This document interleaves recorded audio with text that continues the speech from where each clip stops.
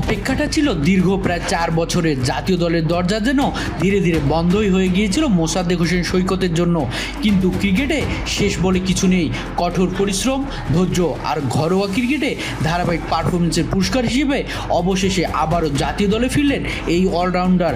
অস্ট্রেলিয়ার বিপক্ষে প্রথম 2 ওয়ানডে স্কোয়াডে জায়গা পেয়েছেন মোসাদ্দেক। একই সঙ্গে দলে ফিরছেন উইকেট রক্ষক ব্যাটার নুরুল হাসান সোহান। দীর্ঘদিন পর জাতীয় দলে ফিরে নিজেদের প্রমাণ করার সুযোগ পাচ্ছেন মোসাদ্দেক।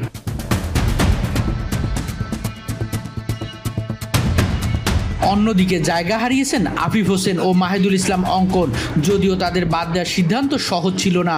প্রধান নির্বাচক হাবিবুল বাশার সুমন নিজেও স্বীকার করেছেন আফিফ হয়তো আরও কিছু সুযোগ পাওয়ার যোগ্য ছিলেন, তবে দলের প্রয়োজনে আর নতুন পরিকল্পনার কারণেই এসেছে এই পরিবর্তন।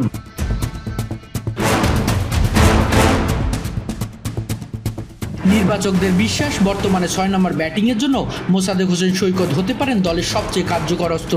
ব্যাট হাতে ম্যাচ শেষ করার সামর্থ্য, সঙ্গে প্রয়োজনের সময় গুরুত্বপূর্ণ ওভার করার ক্ষমতা, সব মিলিয়ে তিনি দিতে পারেন সেই ভারসাম্য যার অভাব অনুভব করছিল বাংলাদেশ দল। এবার তাই সব নজর মোসাদ্দেক হোসেন সৈকতের দিকে। দীর্ঘ অপেক্ষার পর পাওয়া এই সুযোগকে তিনি রাঙাতে পারবেন নতুন করে, সেই উত্তর মিলবে মাঠের খেলায়। শরীফুল ইসলাম, ক্রিকনেট।